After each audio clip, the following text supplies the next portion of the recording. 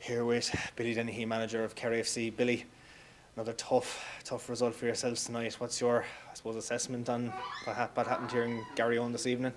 Yeah, it was. Look, it was a tough result now. I have to say it's probably one of the toughest. Just simply from the fact of the two performances up to now have been strong. You know, have I suppose showed a lot of sign of improvement, and then you're kind of going into tonight with a bit of confidence and hoping to start the game well and be on the front foot. And you know, I know after 10 minutes we just seemed flat, and that intent and that energy wasn't there that we've seen in the last two games. And you know, when you're coming to this league with you know, the energy levels not where they should be, then you know it's going to be difficult, and that's the way it was for us tonight.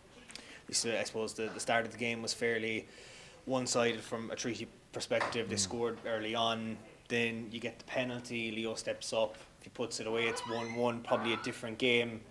He misses, it's still 1-0. Treaty go up the other end and success makes it 2.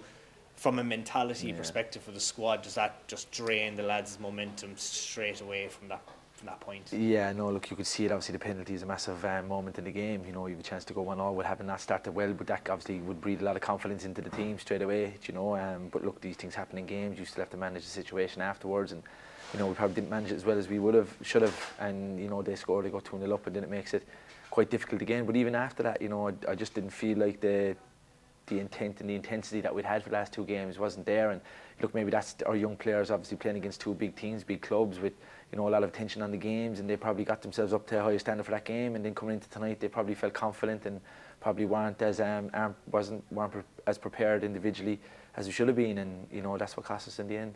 Now, you had chances. It wasn't just a completely one-sided game. I suppose from chance creation itself, I suppose, are you looking to try and work those into goals maybe now with training? I know it's a very short period of time between now and Cove on Monday, heading down to Cork to take on a Cove side who are obviously looking to get into the promotion places. I suppose, are you just going to have to look back and try and work something between now and then?